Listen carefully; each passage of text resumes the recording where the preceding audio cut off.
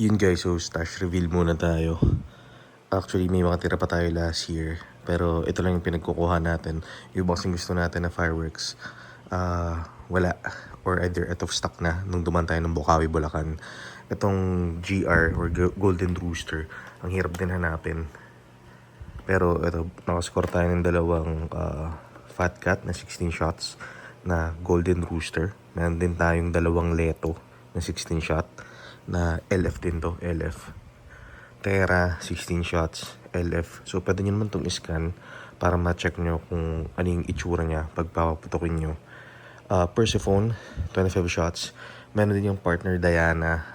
Unfortunately, out of stock lang talaga siya. The Persephone na 25 shots. Out of stock lang talaga siya. Hirap din hanapin. And then, meron tayong malaking tube dito. Eternal Beast at saka Space Shuttle. 16 shots each.